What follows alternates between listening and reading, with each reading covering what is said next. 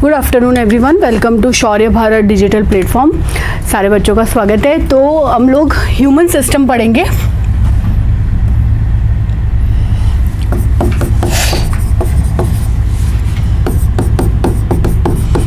और human system से हम लोग शुरुआत करेंगे डाइजेशन से। गुड। तो डाइजेशन के अंदर कुछ इम्पॉर्टेंट हम लोगों के एंजाइम्स हैं जो एग्जाम में पूछे जाते हैं, तो वहीं से हम लोग शुरुआत करेंगे। सबसे पहले फूड जो है वो जाता है माउथ के अंदर, और डाइजेशन जो है वो आपका माउथ से ही शुरू हो जाता है, क्योंकि माउथ के अंदर होती हैं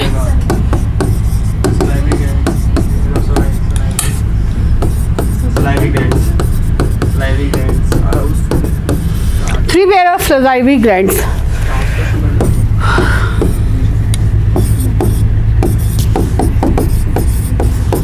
सबलिंगुअल,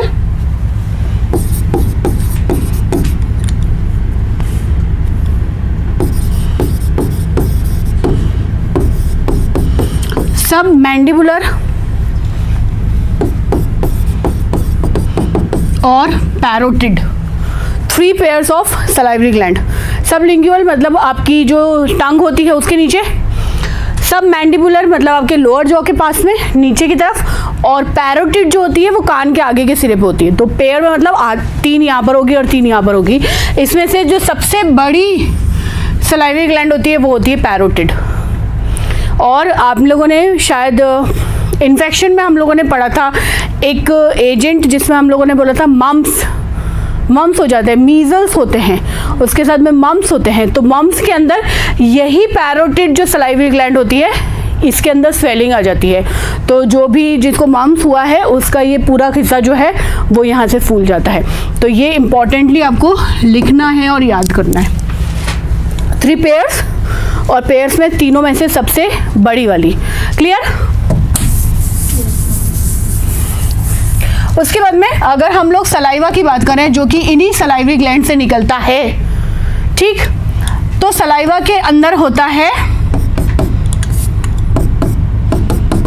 टाइलिन, आप उसे सलाइवरी एमाइलेज भी बोल सकते हैं।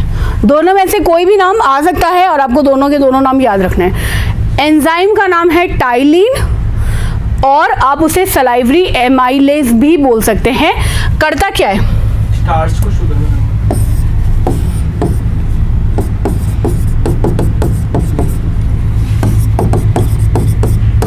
आपके जो कॉम्प्लेक्स शुगर है, स्टार्च जो हम लोग खाते हैं, हमारे भोजन में सबसे बड़ा जो कॉम्प्लेक्स होता है वो होता है स्टार्च, क्योंकि हम सारा प्लांट बेस्ड खाना खाते हैं। सारा खाना हमारा प्लांट से आता है। दाल हो, चावल हो, रोटी हो, सब्जी हो, फ्रूट्स हो, है ना। एनिमल तो बहुत कम ही खा पाते हैं हम लोग। तो जो स्टार्च होता है उसको माल्टोज के अंदर कन्वर्ट करता है, यानी कि डाइजेशन शुगर का ही सिंपलर फॉर्म है। तो ये हो जाएगा बच्चे आपका कॉम्प्लेक्स और ये हो जाएगा सिंपल। Good, fine.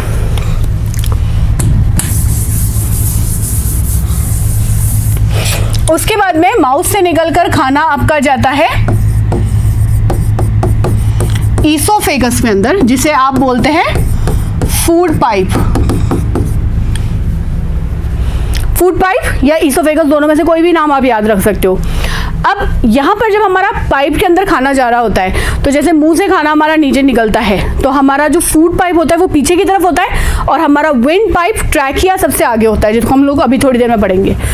तो दो पाइप्स हैं, ऐसे लगा लो, एक ये रहा और एक यहाँ पर है। खाने को कैसे पता है कहाँ जाना है? This is your trachea and this is your oesophagus. खाने को कैसे पता है कहाँ जाना है? या ऐसी दो रास्ते समझ लो, तो तुमको कैसे पता है कि कहाँ जाना है मेरे को? चेंज हो जाते पाइप, आगे आ जाएगा ईसोफेगस। नहीं, वो कुछ ब्लॉक होता है। हाँ, सिंपल सी बात है, दो रास्ते खुले हैं और अगर मुझे आपको डायरेक्ट करना है तो मैं ये एक रास्ता बंद कर दूँ तो खाना अपने आप दूसरे पाइप के अंदर जाएगा, और जो ये ब्लॉकेज है हम इसे बोलते हैं एपिग्लॉटिस। ध्यान से याद रखना, ये रेस्पिरेशन का भी पार्ट होता है। इसी वजह से खाना आपके ट्रैकिया के अंदर नहीं जाता है, यानी विंड पाइप के अंदर नहीं जाएगा, सीधा इसोफेगस में जाएगा। हमें कई बार ऐसे बोला जाता है कि सोते सोते खाना नहीं खाना चाहिए। क्यों? विंड पाइप क्योंकि वो विंड पाइप में चला जाएगा, और विंड पाइप में चला जाएगा तो मुझे बताने की ज़रूरत है नहीं कि क्या होगा। फाइन। खाना आपके इसोफेगस से अब जाएगा स्टमक के अंदर।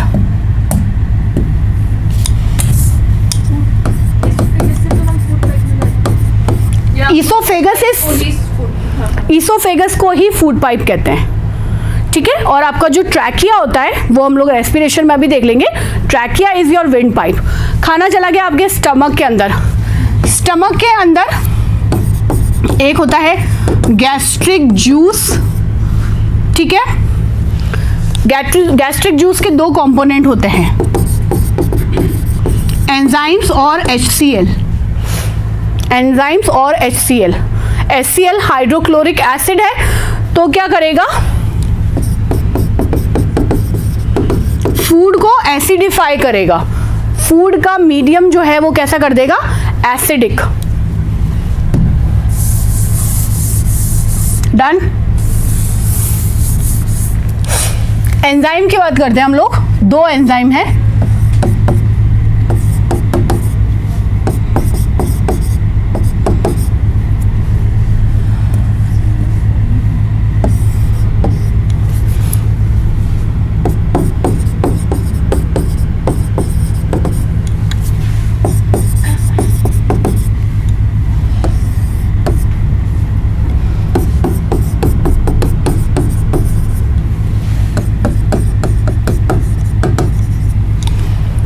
दोनों के दोनों एंजाइम प्रोटीन पर काम करने वाले हैं। स्टार्च में हम लोगों ने कार्बोहाइड्रेट का डाइजेशन किया था, यहाँ पे हम लोग प्रोटीन का डाइजेशन कर रहे हैं। दो प्रोटीन, ध्यान से देखो, फूड के अंदर जो प्रोटीन्स होते हैं उनको पेप्सिन क्या करता है, पेप्टोन्स में बदल देता है। प्रोटीन की simpler form, that's peptone.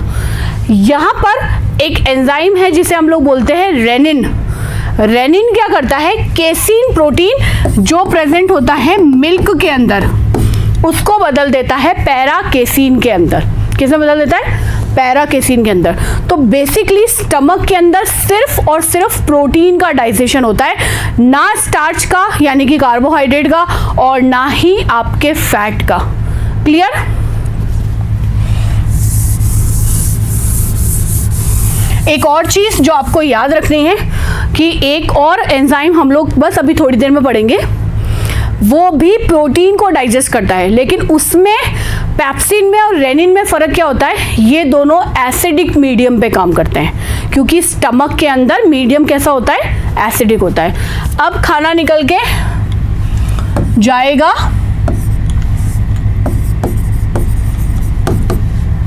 Small intestine के अंदर। गुड।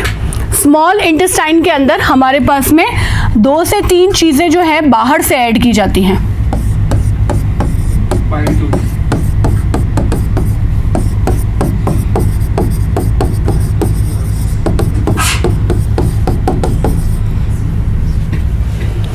एक बाइल जूस, दूसरा पैनक्रियाटिक जूस, तीसरा जो इंटेस्टाइन खुद बनाएगी, इंटेस्टाइनल जूस।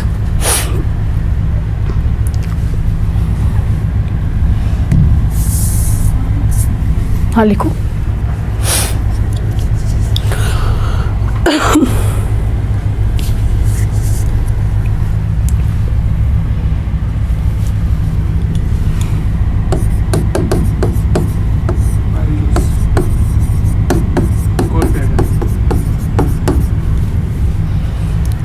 लिवर में बनता है, स्टोर होता है गॉल ब्लैडर में, और गॉल ब्लैडर से निकल कर आएगा स्मॉल इंटेस्टाइन के अंदर। स्मॉल इंटेस्टाइन बाइल जूस नहीं बनाती है, तो बाइल जूस बना कौन रहा है, हमारा लिवर। ठीक है। अब इस बाइल जूस के अंदर 2 बहुत अच्छी चीजें होती हैं।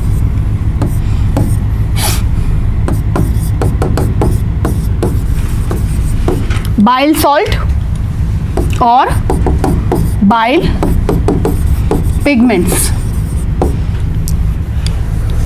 किसी भी एग्जाम में जाओ, कोई भी एग्जाम देख लो, सबसे ज़्यादा क्वेश्चन अगर पूछे जाते हैं तो वो बाइल सॉल्ट के ऊपर या फिर बाइल जूस के ऊपर पूछे जाते हैं। तो बाइल जूस को भी लिखेंगे और बाइल सॉल्ट को भी लिखेंगे। बाइल सॉल्ट होते हैं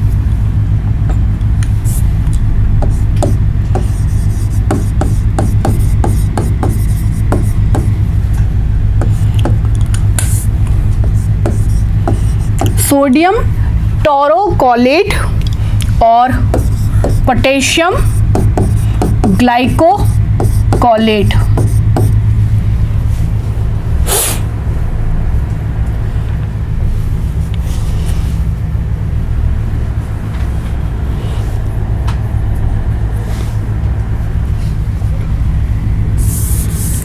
काम क्या होता होगा बाइल सॉल्ट का?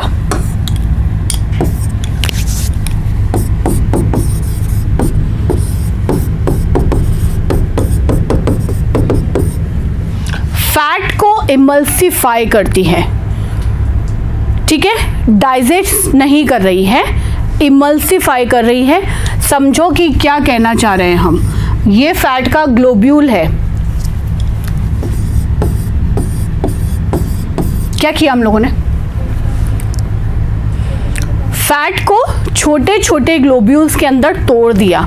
क्यों तोड़ा? जरूरत क्या पड़ी है? स्टोर करने में आसान। स्टोर क्यों करेंगे? पहले डाइजेस्ट करेंगे ना। जब हम फैट को इस तरह से इमल्सिफाई करते हैं, यानी कि जो बाइल सॉल्ट होते हैं वो इस तरह से इमल्सिफाई करते हैं, तभी जाके फैट का डाइजेशन हो सकता है। अगर फैट, आप फैट की बात सोचो, घी और तेल की बात कर रहे हैं हम लोग, घी और तेल और मक्खन की बात कर रहे हैं। अगर हम उसे इस तरह से इमल्सिफाई नहीं करेंगे तो इसका डाइजेशन कभी भी नहीं होगा। इसीलिए बाइल सॉल्ट जो है वो डाइजेस्ट नहीं करते, इसको क्या करते हैं? डाइजेस्टिबल फॉर्म के अंदर कन्वर्ट कर रहे हैं। समझ रहे हो? तो मैं अगर आपको ये बोलूं कि अगर आपको मैंने घी दे दिया है और घी को किसी चीज़ के अंदर डालना है, तो आप क्या करोगे? घी को पहले क्या करोगे? गर्म करोगे और उसको क्या करोगे? थोड़ा सा मेल्ट करोगे, तभी आप उसको ट्रांसफ़र कर सकते हो। इसीलिए तो यहाँ पर हम लोग क्या कर रहे हैं? फैट को इमल्सिफाई करके उसको उसकी डाइजेस्टिबल फॉर्म के अंदर कन्वर्ट कर रहे हैं, सो दैट इसका अच्छे से डाइजेशन हो सके। क्लियर है? नेक्स्ट, एक और चीज़ लिखवाई थी ना बाइल सॉल्ट के साथ में, क्या था? Bile pigment.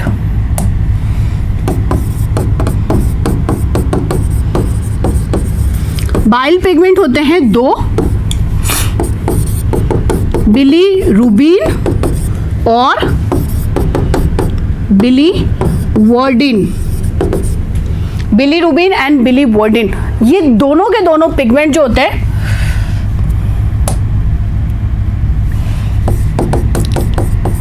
एक्सक्रीटरी होते हैं, यानी कि सिर्फ और सिर्फ इनको बाहर निकालना है। ये बनते हैं दोनों के दोनों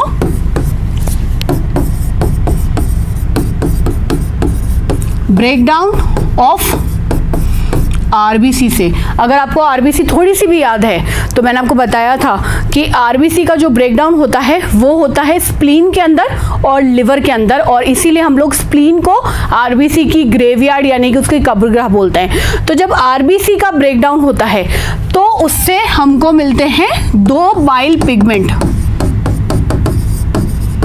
और इनको लिवर जब ये बाइल जूस बनाता है तो उसके अंदर डाल देता है और हमारी बॉडी से बाहर निकल जाता है। इन्हीं दोनों पिगमेंट की वजह से हमारी बॉडी से जो एक्सक्रीटरी वेस्ट या एक्सक्रीटा बाहर निकलता है वो येलो कलर का होता है, क्योंकि ये वेस्ट के जो पिगमेंट होते हैं वो उसके अंदर पाए जाते हैं। क्लियर है यहाँ तक? वापस लिखूं? एक है बिलीरुबिन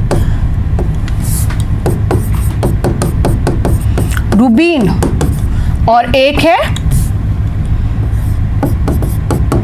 बिलीवर्डिन, जिसमें से बिलीरुबिन येलो कलर का होता है और बिलीवर्डिन ग्रीन कलर का होता है, और ये आपस में एक दूसरे से इंटरचेंजेबल होते हैं। ठीक है? और आप ये हमेशा याद रखना कि हमारा जो वेस्ट होता है वो येलो कलर का, वेदर इट इज़ यूरिन और जो हमारा एक्सक्रीटा बाहर निकलता है, फीकल मैटर बाहर निकलता है, वो येलो कलर किस वजह से होता है? बाइल सॉल्ट की वजह से। क्लियर है? अब यहाँ पर लिवर का तो काम खत्म हो गया, उसने तो अपना बाइल डाल दिया। दूसरा एक और ग्लैंड है जिसे हम लोग बोलते हैं पेनक्रियाज। पेनक्रियाज को हम लोगों ने हॉर्मोन्स के साथ में भी पढ़ा था, है ना? तब वहाँ पर वो हार्मोन बना रहा था, लेकिन यहाँ पर वो जूस बनाएगा जिसे हम लोग बोलते हैं पैनक्रियाटिक जूस। और इस पैनक्रियाटिक जूस के अंदर एंजाइम्स होते हैं जो कि फूड को डाइजेस्ट करेंगे।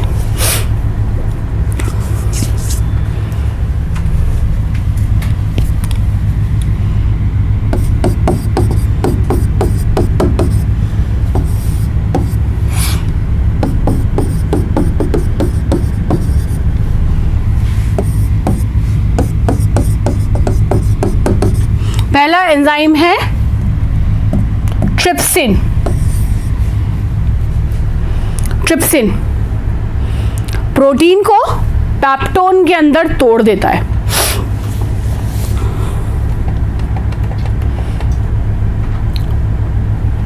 तोड़ दिया। Next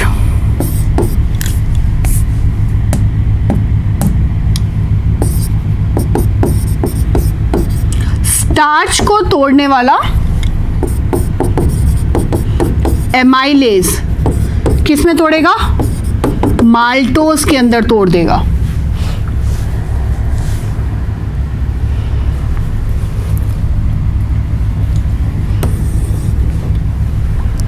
good. बचा कौन सा कंपोनेंट?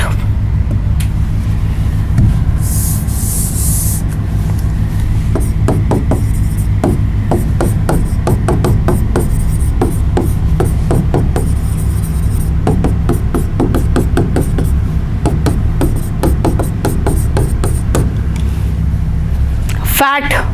अब ये कौन सा फैट आया है यहाँ पर? बताओगे कौन सा वाला फैट होगा जिसका डाइजेशन होगा?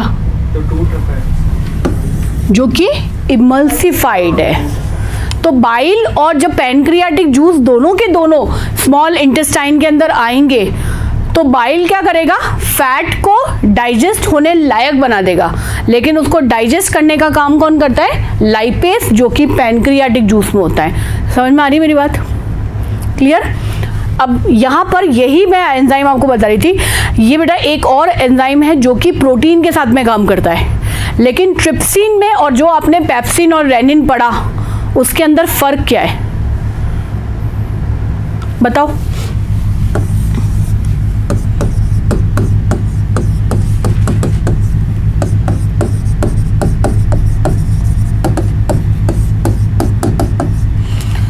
बाइल जूस, पैनक्रियाटिक जूस, ये दोनों के दोनों होते हैं बेसिक। बेसिक का मतलब क्या होता है? जिनका पीएच हमेशा ज्यादा होता है, जो OH बॉन्ड देते हैं, जो वो बेस होते हैं। बेसिक। अच्छा, इनका pH ज्यादा। एक होता है क्षार और हम यहाँ बात कर रहे हैं क्षारीय की, है ना? जैसे हम बोलते हैं बेस इज क्षार एंड बेसिक इज क्षारीय। वारे अंग्रेज, व्हाट इज क्षारीय? एडिंग में नहीं पता तो नहीं पता। अम्ल क्या होता है? एसिड। अम्लीय, एसिडिक। ओके, तो जब हम बोलते हैं अम्ल यानी कि एसिड है तो करेक्ट है कि H देते हैं, ठीक है? लेकिन अगर हम बोलते हैं एसिडिक क्या होता है? दैट मीन्स हम pH की बात करें, वो नेचर हो जाएगा। समझ में आया? ये क्वेश्चन बहुत बार पूछा गया है, बहुत अच्छे एग्जाम में पूछा गया है कि आप दोनों एंजाइम्स जो हैं वो प्रोटीन के ऊपर काम कर रहे हैं, लेकिन दोनों के अंदर बेसिक डिफरेंस क्या है? ये बेसिक मीडियम पे काम करता है और वो एसिडिक मीडियम पे। क्लियर है यहाँ तक?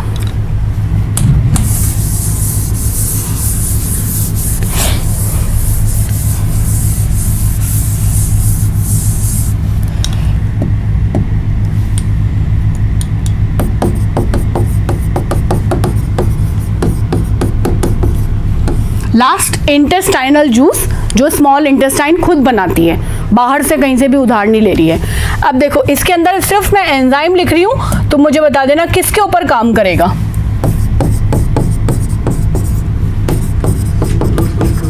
शुगर को तोड़ता है।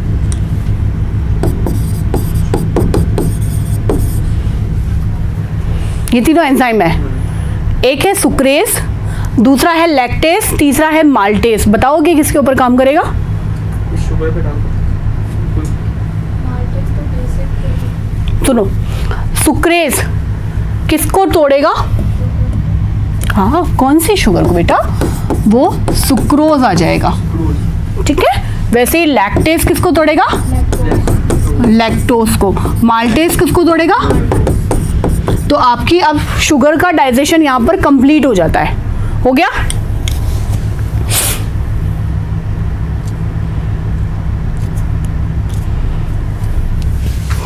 एक और एंजाइम लिखो।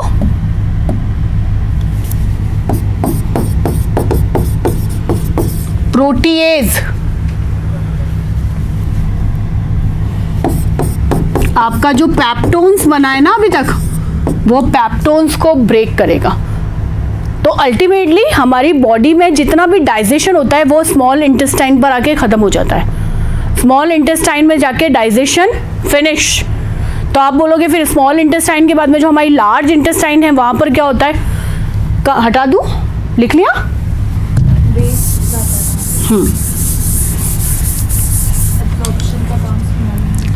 अब स्मॉल इंटेस्टाइन है, डाइजेशन पूरा हो गया। अब यहीं पे पूरा का पूरा हो जाएगा हमारा absorption. That means your digestion पूरा खत्म। भाई डाइजेस्ट कर लिया, एब्जॉर्ब कर लिया सारा का सारा, है ना। और एब्जॉर्प्शन में जो मदद करते हैं उनको हम लोग बोलते हैं विलाई। वो टेंटिकल्स टाइप में होता है। देखो ऐसे हेयर्स होते हैं छोटे-छोटे से, वो जो हेयर्स नहीं होते, टेंटिकल्स टेंटिकल्स नहीं होते। टेंटिकल्स जो होते हैं वो हमारे उससे जुड़े हुए होते हैं, नर्वस सिस्टम से जुड़े होते हैं, सेंसरी ऑर्गन्स होते हैं। ये क्या करते हैं? जैसे मैं आपको एक बोलूँ कि आपके पास में इतना बड़ा कपड़ा है ना। अब उतने बड़े कपड़े को आपको इतनी सी जगह में फिट करना है, तो आप क्या करोगे? उसको फोल्ड कर दोगे। तो मैंने क्या किया, ये इतना बड़ा एरिया जो था उसको क्या किया, फोल्ड करके इतने से एरिया के अंदर ला दिया। तो ये क्या करते हैं, एब्जॉर्प्शन का एरिया जो है उसको इंक्रीज करते हैं। हमेशा याद रखना, बहुत इंपॉर्टेंट कॉन्सेप्ट है। विलाइज जो होते हैं वो हमारी स्मॉल इंटेस्टाइन के अंदर एब्जॉर्प्शन के एरिया को इंक्रीज करते हैं। क्लियर? चले लार्ज इंटेस्टाइन में पहुंचे।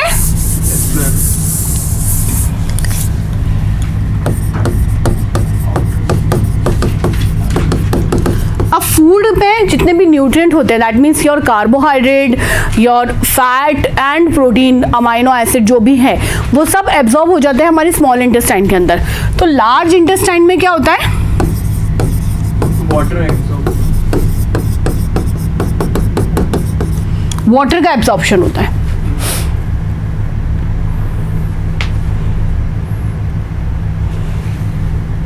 वाटर का एब्जॉर्प्शन होता है।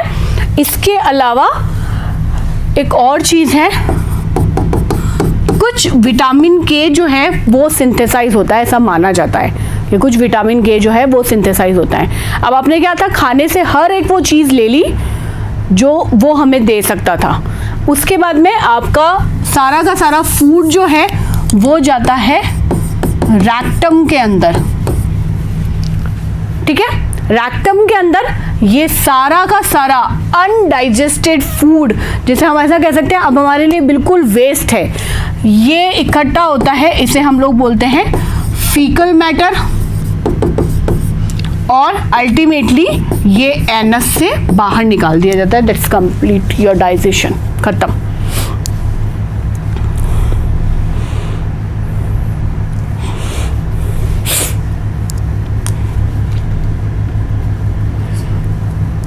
ठीक, अब डाइजेशन तो हो गया और आपने सारा का सारा जो था वो एब्जॉर्प्शन वगैरह सब कर लिया।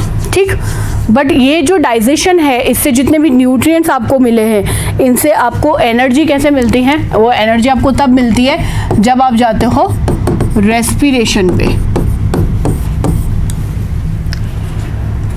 रेस्पिरेशन पे यानी कि सांस लेने पे।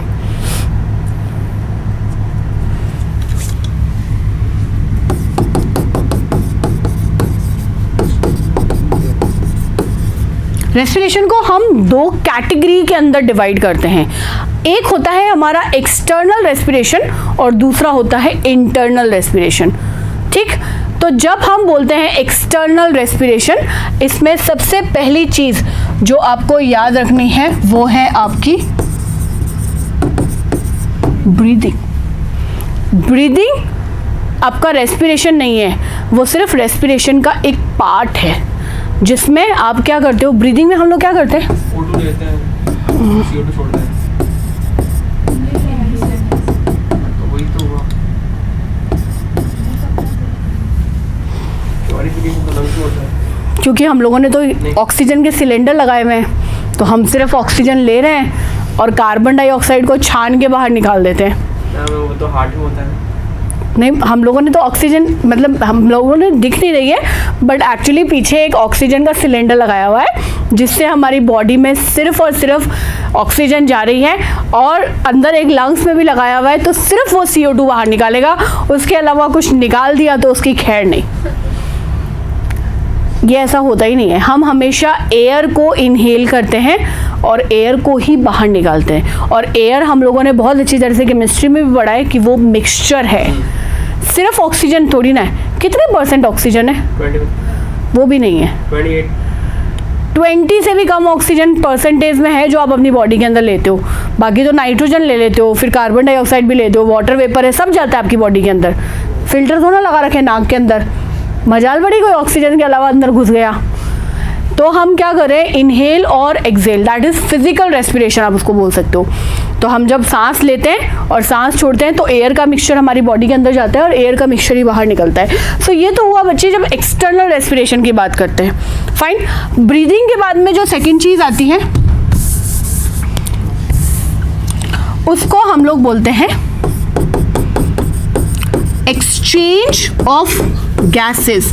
आप यहाँ पर आप ऑक्सीजन और कार्बन डाइऑक्साइड ले सकते हो, क्योंकि एक्सचेंज हम सिर्फ ऑक्सीजन और कार्बन डाइऑक्साइड का कर रहे हैं। ठीक है, ऑक्सीजन और कार्बन डाइऑक्साइड का एक्सचेंज करना है। दो जगह पे हम ये एक्सचेंज करते हैं। कहाँ पे कर सकते हैं? एक है हमारे लंग्स, जितनी भी ऑक्सीजन है अल्टीमेटली हमारे लंग्स तक पहुंचती है, गैस पहुंच रही है पूरी की पूरी। ठीक है, सो लंग्स पे हम लोग करते हैं, और दूसरा होता है हमारी सेल्स। ये वो दो बेसिक जगह हैं जहां पर हमारी जो गैसेस हैं उनका हम लोग एक्सचेंज करते हैं। क्लियर है?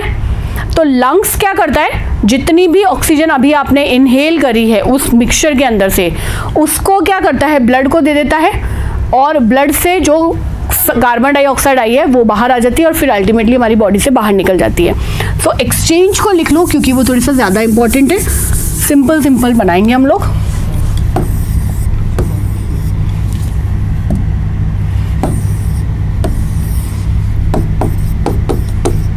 ये आपका ब्लड है और यहाँ पर बना लो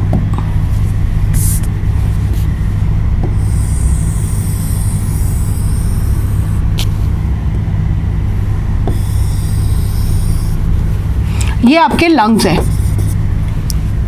ठीक है, तो इसको कैसे बनाओगे अब? लंग्स से ब्लड में क्या जाएगा और ब्लड से लंग्स में दिया जाएगा, बस खत्म। This is exchange. ये तो हुआ लंग्स के अंदर। अब आपके ब्लड ने सारा का सारा ऑक्सीजन ले लिया, अब ये लेकर पहुंचा है सेल तक, तो सेल में फिर से ये आपकी सेल है और इसके बाहर हमारे पास में है ये blood. This is blood, this is a cell. अब एक्सचेंज कैसा होगा वो आप मुझे बता दो जरा। ब्लड ऑक्सीजन लेकर आया है, तो ये ब्लड ऑक्सीजन किसको देगा, और सेल, बस खत्म। तो आपका ये एक्सटर्नल रेस्पिरेशन यहां पर खत्म हो जाता है। इजी?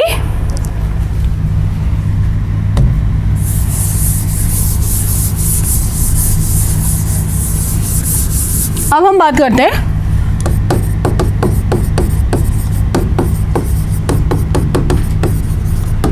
इंटरनल रेस्पिरेशन की, जो हमारा सेल लेवल पे आता है तो हम उसे सेल्यूलर रेस्पिरेशन भी कहते हैं। क्या कहते हैं? Cellular respiration.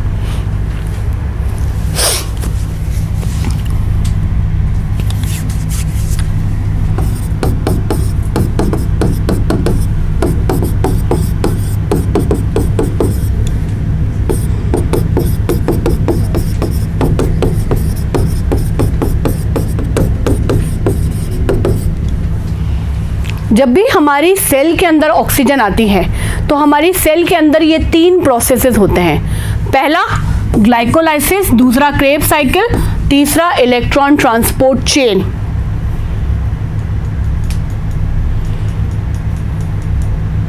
फाइन। प्रोसेस पूरा का पूरा आपको नहीं पढ़ना है, सिर्फ प्लेस लिख लो कि कहां पर होता है, वो इंपॉर्टेंट है और पूछा जाता है। सबसे पहले बेटा ग्लाइकोलाइसिस में लिखो, ये होता है साइटोप्लाज्म के अंदर। अब जिन जिन लोगों ने सेल पढ़ रखी है, मुझे नहीं लगता कि उनको मेरे को साइटोप्लाज्म बताना पड़ेगा।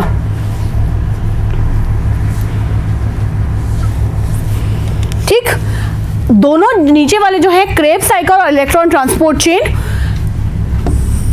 ये होते हैं माइटोकॉन्ड्रिया के अंदर। कहाँ होते हैं? माइटोकॉन्ड्रिया के अंदर। इजी। अब इन तीनों पूरी के पूरे जो प्रोसेस है, इनसे होता क्या है वो एक बार लिख लो, पूरा इंटरनल रेस्पिरेशन समझ में आ जाएगा।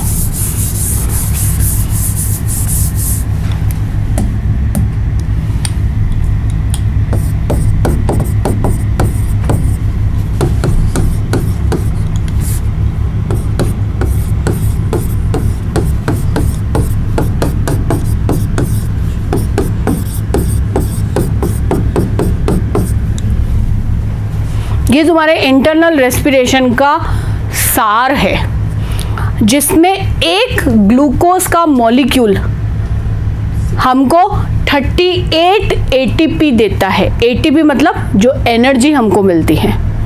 ठीक है, तो हम एटीपी को क्या लिखते हैं? Adenosine triphosphate. Very nice. हमारी बॉडी के अंदर एनर्जी की काउंटिंग जो होती है वो किससे होती है? एटीपी से होती है, इसलिए हम इसे एनर्जी करेंसी भी कहते हैं। बैलेंस है क्या रिएक्शन?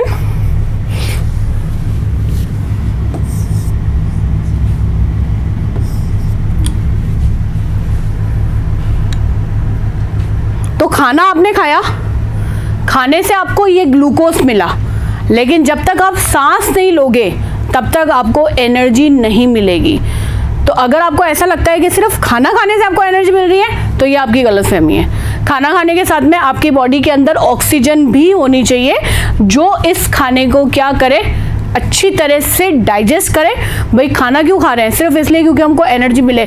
तो एनर्जी हम लोगों को अल्टीमेटली ऐसे मिलती है। क्लियर? और क्योंकि ये प्रोसेस पूरा का पूरा माइटोकॉन्ड्रिया में जाके खत्म होता है, इसलिए हम माइटोकॉन्ड्रिया को सेल का पावर हाउस कहते हैं। अब कनेक्ट कर पाओगे कि क्यों हम इसको पावर हाउस कहते हैं, क्योंकि एनर्जी हमको कहाँ से मिलती है? अल्टीमेटली माइटोकॉन्ड्रिया से। क्लियर है? बस एक और चीज लिखते हैं, खत्म करते हैं इस चैप्टर को। कई बार ऐसा होता है कि हम बहुत विग्रस एक्सरसाइज करते हैं। विग्रस एक्सरसाइज का मतलब ये नहीं जिम में जाके और लगा लिए, दंड पहन लिए। विग्रस एक्सरसाइज मतलब वो जिसमें हम लोग बोलते हैं ना, सांस लेने की भी फुर्सत नहीं है। वो कुछ भी ऐसा, सीढ़ियाँ चढ़ रहे हो, आपको किसी ने भगा दिया, दौड़ा दिया, वो सब विग्रस। तो उसमें क्या होता है कि जो हमारा ग्लूकोज है वो बदल जाता है लैक्टिक एसिड के अंदर। किसके अंदर बदल गया? लैक्टिक एसिड के अंदर। और ये लैक्टिक एसिड जाएगा हमारी मसल्स के अंदर, मसल्स के अंदर जाके जमा हो जाएगा, और इसी वजह से हमें थकान होनी शुरू हो जाती है। ये चीज़ तब होगी अगर आप पूरी रिएक्शन देखो, तो यहाँ मैंने कहीं पे भी ऑक्सीजन मेंशन नहीं किया है, तो ऑक्सीजन की एब्सेंट के अंदर है, और हम इस रिएक्शन को बोलते हैं फर्मेंटेशन।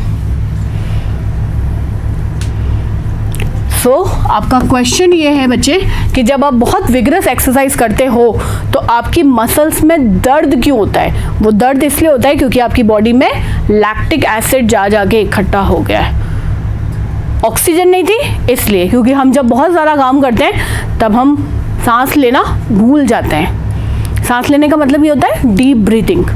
तो सांस लेना जब भूल जाते हैं तो ऑक्सीजन का कंटेंट बॉडी के अंदर कम हो जाता है, तो बॉडी में क्या बनता है? Lactic acid. अब बचे हुए जो सिस्टम है वो हम लोग कल पढ़ेंगे। तब तक के लिए जय हिंद।